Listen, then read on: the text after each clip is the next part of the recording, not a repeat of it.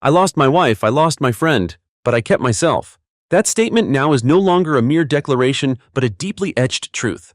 It encapsulates an entire journey of pain, brokenness, and ultimately the rebirth of a soul that seemed utterly shattered. It is the beginning and the end of a life. My life, one that witnessed love, friendship, and trust crumble right on the very sofa I had personally chosen, believing it would be the cradle of eternal happiness. That scene, it's still vivid in my mind, clear down to every detail like a slow-motion film that never stops playing. I walked into the house after a tiring day at work, my lunch bag still dangling in my hand, carrying the eagerness to share my favorite lunch with the wife I deeply loved. The soft yellow light from the reading lamp illuminated Emily's familiar back, and beside her another figure, a figure all too familiar. They were kissing passionately, completely unaware that another man stood silently like a statue, seeing everything. I didn't yell, I didn't cry, I just stood there, lunch bag in hand, my heart sinking to my feet, and watched the two people I trusted most betray me so brazenly. They didn't even realize I was home. The only sound in the room at that moment was the shattering of my heart. Not metaphorically, but a distinct physical sensation like glass breaking into 1,000 pieces. At that moment, I only thought, why these two people? Why her, the one I once loved more than myself, the one who built a home with me, who swore to be together forever, and why him, Jake, my best friend for almost half my life, who shared every joy and sorrow, every secret, the one I trusted more than anyone else in this world? I put the bag down. I don't know why, but the first thing I did was take off my wedding ring and place it on the glass table right next to the orchid Emily loved so much. Gently, without a word. An unconscious act, but it carried the weight of an unspoken declaration. If anyone had told me this would happen, I would have certainly laughed a scornful and contemptuous laugh, because I always thought infidelity came with clear signs: coming home late, clumsy lies, hidden phones, or the faint scent of strange perfume. But no, betrayal sometimes doesn't knock. It walks in quietly, through the people who hold the keys to your life, the ones you trust with your heart. I tell this story not to seek sympathy. I tell it because I believe one thing: if it could happen to me, an ordinary husband who loved his wife and trusted his friend, then it can happen to anyone. And perhaps when you hear this whole story, you'll understand why I had to let go even when my heart hadn't stopped loving. Let's go back a few years. If you asked me how I envisioned marriage, I would have described something simple and warm, a picture without flashy colors, but full of the hues of trust. I didn't expect a Hollywood movie-style married life, just sharing dinner every evening, having coffee together every morning, cleaning the house on weekends, and putting on an old movie. Emily gave me that feeling, the feeling of just enough. Not too intense, not as passionate as young love, but full of reliability and peace. I met Emily while working as a designer at a small company. She was an art teacher at an elementary school. We met at an art exhibition. She stood in front of an abstract painting for a long time, then turned to me, who was standing nearby, and asked, "Do you understand what this painting says?" I said I wasn't sure, but I liked the feeling it gave. She smiled. That first smile was something I couldn't forget. It wasn't radiant like sunlight, but gentle like early morning sun, planting a seed of peace in my heart. We fell in love very slowly, the kind of love between two adults who had experienced a few heartbreaks, so there was no rush. Our dates were walks in the park, coffee at old bookstores, doodling on napkins at our favorite Thai restaurant. Emily wasn't the type of woman who lived on social media. She still used an old phone and always wrote in a physical journal. I once secretly read a few lines, and most were very small things. Today a student drew a dog that looked like a cat. He complimented me on my blue dress, said I looked gentle. Those simple lines now became needles piercing my heart. I proposed to her in the fall, a chilly morning in the park, where we first held hands, where the vibrant red maple leaves colored a whole corner of the sky. Jake was filming, grinning behind the camera, his teasing voice echoing, "Finally, this fool is tying himself down." Jake, that name now sounds so bitter. We went to college together, same major. He wasn't as smart as me, but he was clever and had a knack for connecting with people. While I was often shy, Jake was always the one to speak first, striking up conversations with anyone. We once shared a small apartment right after graduation, those lean days filled with laughter. When I lost my job, Jake was the one who carried me home after a drunken night, then cooked me noodles, comforting me with clumsy but sincere words of encouragement. When I bought my first car, Jake was the one who came with me to the dealership, both of us laughing like kids because it felt like we're really adults now. I always thought this friendship was the most solid thing in my life, an impenetrable fortress that nothing could shake. So when Jake and Emily started getting closer, I was happy. I felt like a lucky man. My wife and my best friend got along. Both were people I cherished. What could be better than that? I had no idea that this very harmony was the subtle poison slowly killing everything. The first few years after we got married were truly peaceful, like a slow, calm river. Every morning I'd drop Emily off at work, then stop by the coffee shop near my office buying her a hot latte. In the evenings, she usually had dinner ready. Nothing fancy, but it smelled of home, of happiness. We'd eat, watch movies, then talk about her students, my colleagues, small everyday things. Sometimes we argued, but it never lasted more than one evening. I used to think we were meant to be together. We are a perfect couple. I remember one day she asked, her eyes thoughtful, looking straight at me as if trying to gauge something. "What if I'm not the person you think I am anymore?" I smiled, rubbing her shoulder, reassuring her, "Then I'll have to learn to love that new person, as long as it's still you." She looked at me for a long time, her eyes filled with unspoken things. Then she leaned her head on my chest and whispered a whisper that now sounds like a cruel prophecy. "I hope you never have to do that." Now I understand. That wasn't a joke. It was a warning, an alarm bell I was too naive to recognize. Everything began to change in very small, hard-to-notice ways, like tiny cracks on a seemingly solid crystal. First, it was time. Emily started coming home later more often. When I asked, she said she had extra classes for struggling students or unexpected teacher meetings. I believed her.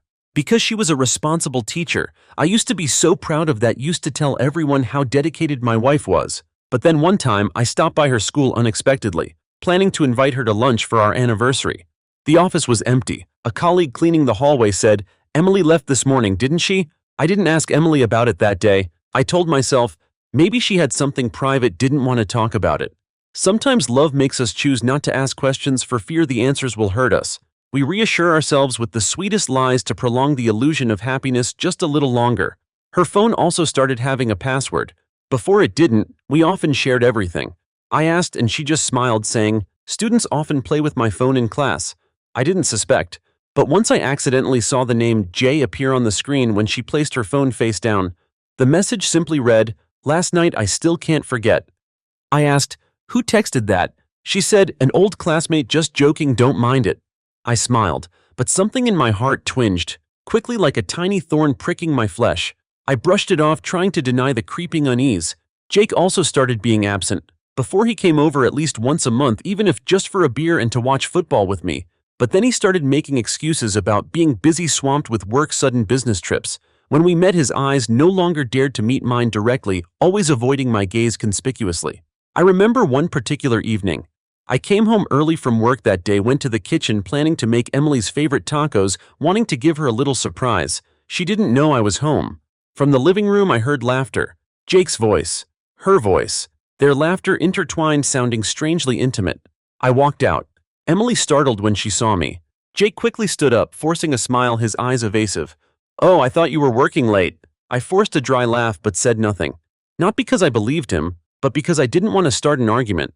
I was afraid that once I opened that door, I wouldn't be able to go back, wouldn't be able to live in this false illusion of happiness for another second.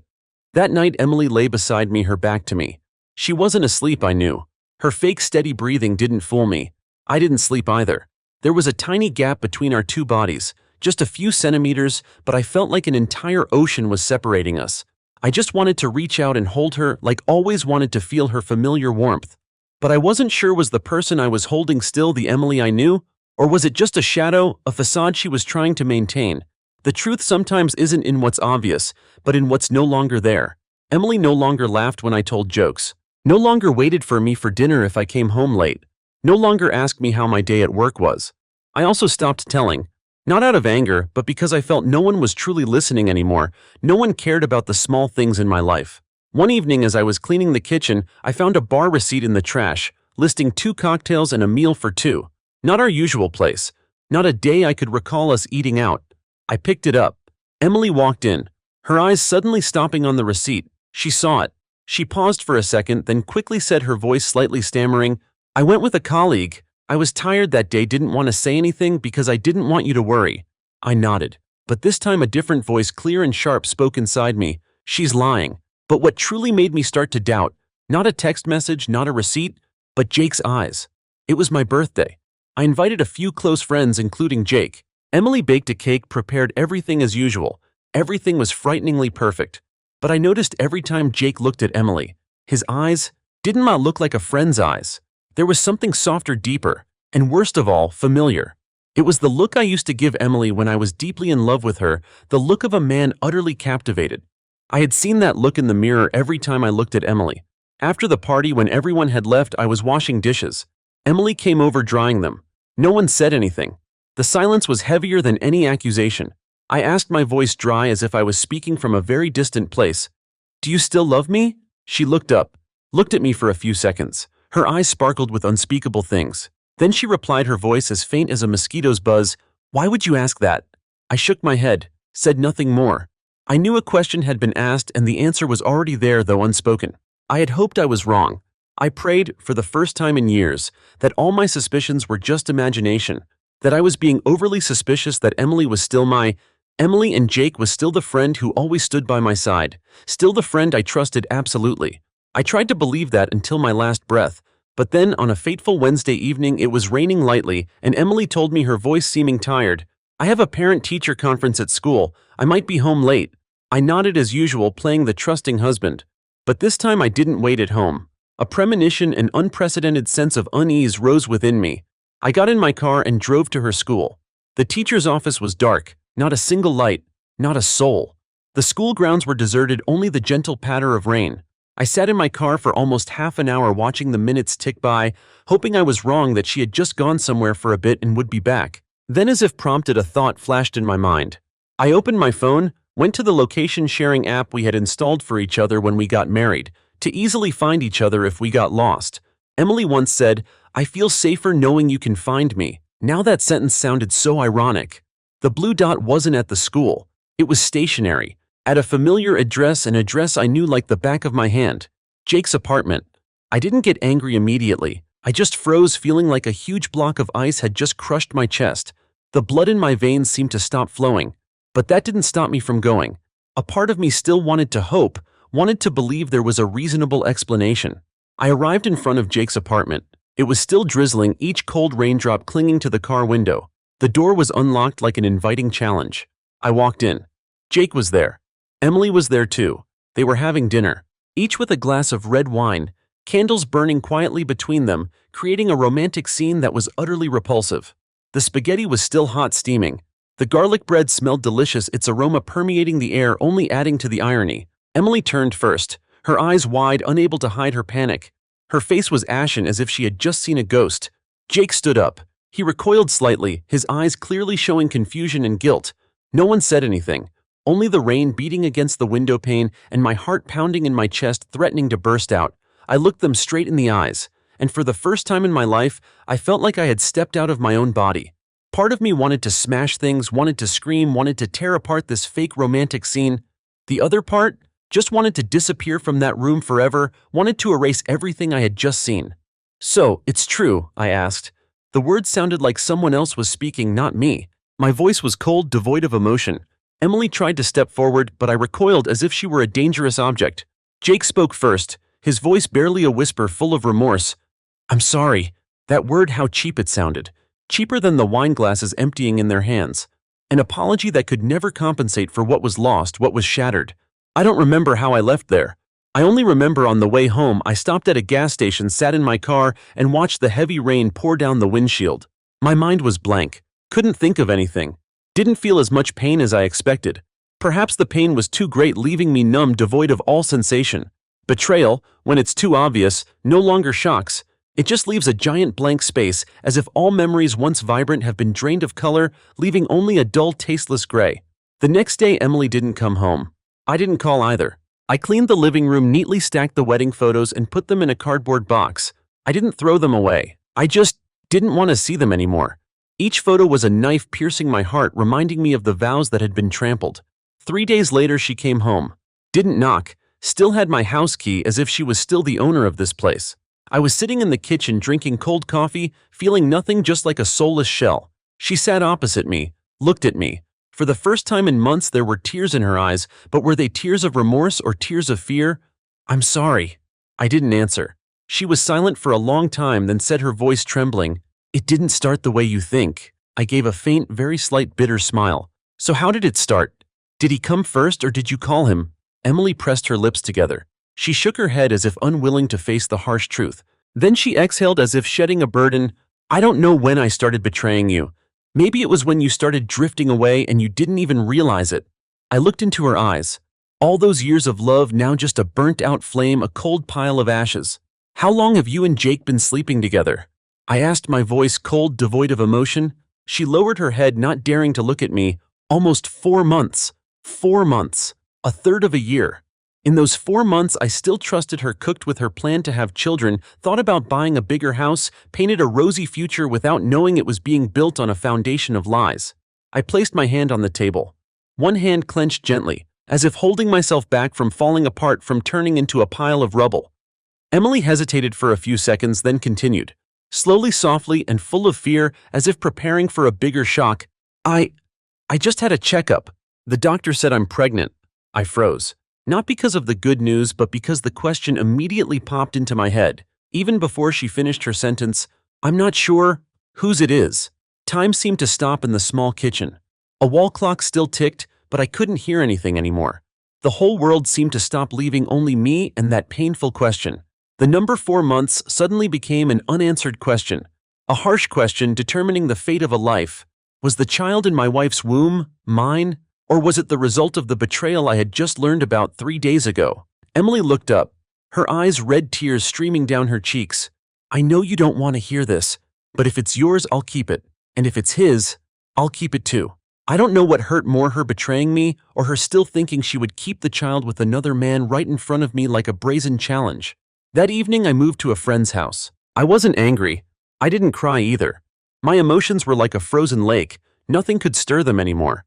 I looked up at the ceiling and thought, I'm about to be a father. Maybe true, maybe not, but certainly no longer a husband. I thought for a very long time before meeting Jake again. I didn't call him immediately after finding out. I needed time, not to cool down, but to keep myself from falling apart, to gather the pieces of myself. I didn't want to meet him when I was still angry, because I knew I wouldn't be able to control myself. I wanted to meet him when I was clear-headed enough to look directly at everything that had happened and put an end to this toxic relationship. Finally, I sent a single text message, short and decisive, let's meet, one last time. Jake replied an hour later, still with one word, okay. We met at the old bar, a place that used to be familiar to us when we were single, where we had shared countless stories, countless dreams. The wooden table by the wall was still there. Yellow lights, soft background music, a faint smell of beer. Jake once said, if I get married someday and can still come here to drink with you, life will be complete. Now that sentence felt like a curse.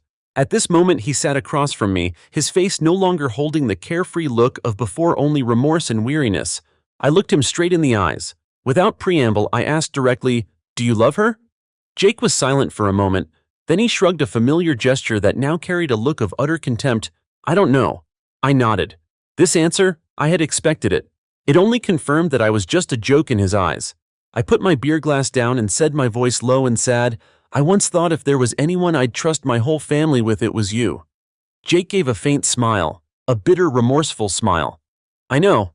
I continued to ask, wanting to know the deeper reason for this betrayal. Why, Emily?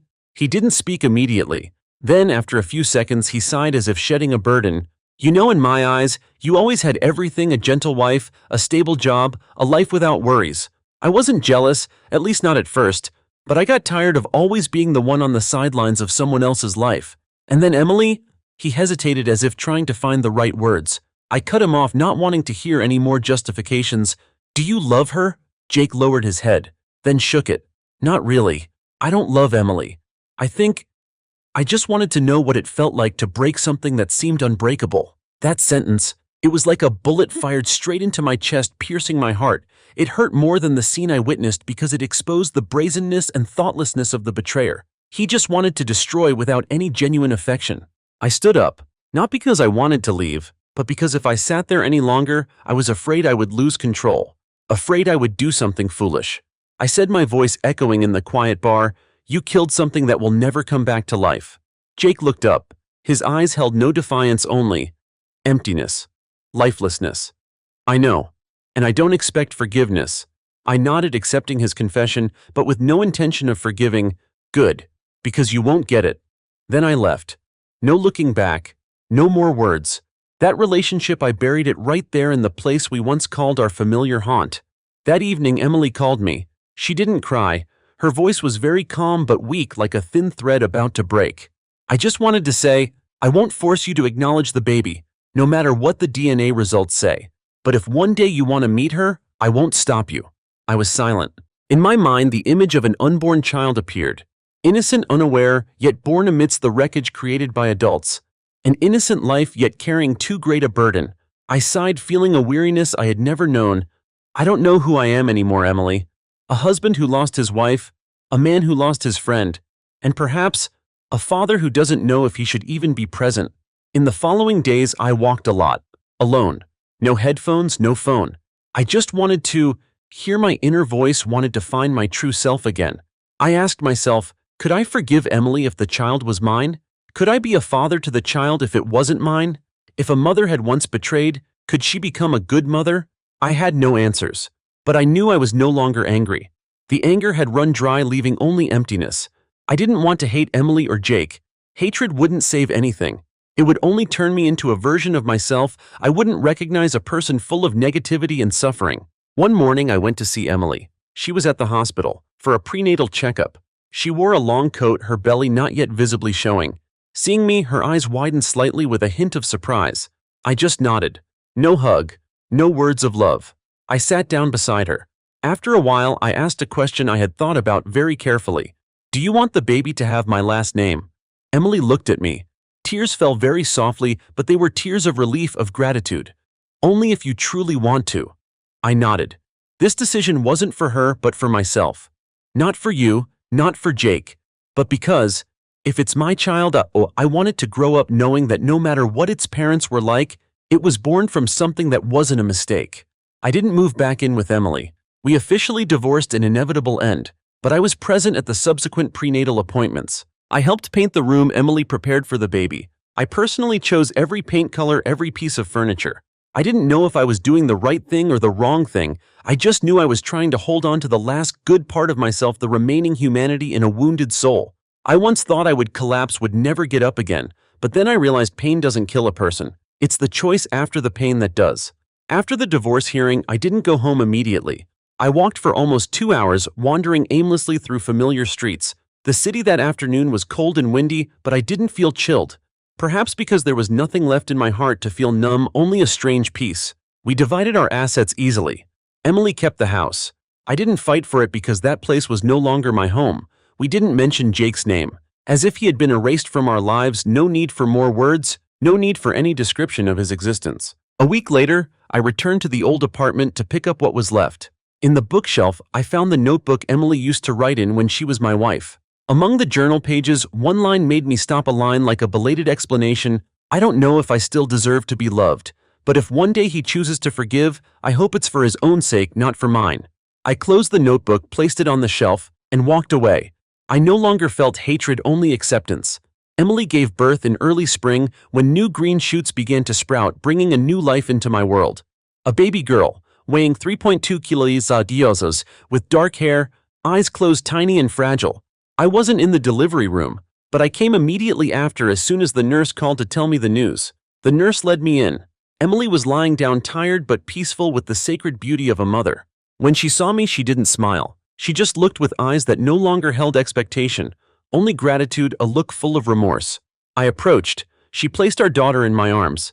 That tiny body lay nestled in my embrace, warm, soft, trembling like a being who knew nothing of the world, nothing of the storms that adults had weathered. I looked at her. Didn't ask, whose child is she? That question no longer mattered.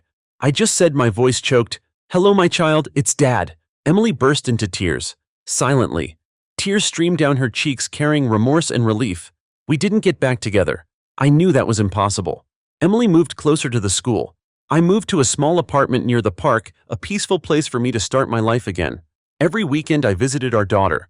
Not by court order, but by my own heart's decision, by the call of fatherhood. She grew up very fast, knew how to roll over a crawl, recognized me in a crowd, run to hug me every time I came. One day as I carried her for a walk in the park, a strange woman told me, her voice full of admiration, your daughter is so adorable, your wife must be very happy. I just smiled. She's a good mother. I didn't explain further, no need. What was past I didn't want to revisit, didn't want to stain my present life. Jake never contacted me again, nor did he contact Emily. I heard he moved to another city. I don't care. I don't hate. But I'm also no longer someone who can call him a friend. That relationship is dead. It can never be revived. I lost a lot. Lost a wife, lost a friend. But I didn't lose myself. That's the most important thing. The most valuable lesson I learned. My daughter turned 3, then 4. For every one of her birthdays I was there. We didn't have big celebrations, just cake, candles, and a few photos, simple but loving moments. Emily always invited me to eat with them. Sometimes her mother would come too, still calling me my former son-in-law, but with a warm smile, no more blame. I think if anyone asks me, "Did you forgive Emily?" I will answer, I no longer hold her in my heart. But I don't hold hatred in my heart either. She is my daughter's mother, and she does that well. That's enough. Almost 5 years after the divorce, I met someone new. A colleague, quiet, loved old books, and had also been through heartbreak like me. We started very slowly, one step at a time, like two people fumbling in the dark. I didn't hide anything about my past. I told her everything. She listened. No pity, no judgment, just simply held my hand and said, "We all have baggage. The important thing is not to let it block the road ahead." I never told my daughter about what happened between me, her mother, and Jake. Maybe when she's older, if she asks, I'll tell her the truth, but in the voice of someone who has learned to let go, not someone who is still hurting. Until then, I just want her to grow up knowing she was born not from perfection, but from courageous choices. And sometimes forgiveness isn't because the other person deserves it, but because you deserve peace. You deserve to live a tranquil life. Some wounds don't leave external scars, but they subtly change how a person sees the world, how a person feels life. My story is a vivid testament to that. I don't tell this story to be pitied, nor to accuse anyone. I tell it because I believe each of us has stood at the boundary of forgiveness and letting go, between embracing pain or choosing to move forward. If you have ever been hurt, know that you can stand up. Not to go back, but to move forward, kinder, stronger, and more peaceful. Thank you for listening to the end of the story. If something in this story touched you, please leave a comment below. I would love to read your feelings and thoughts, to know that I am not alone. Don't forget to hit the like button if you empathize. Share it with anyone you think needs to hear it. Subscribe to my channel so you don't miss the next meaningful stories, and turn on the notification bell, because more stories truer than fiction, yet truly life are coming, stories that can help us find strength and peace in life. See you in the next video. Goodbye.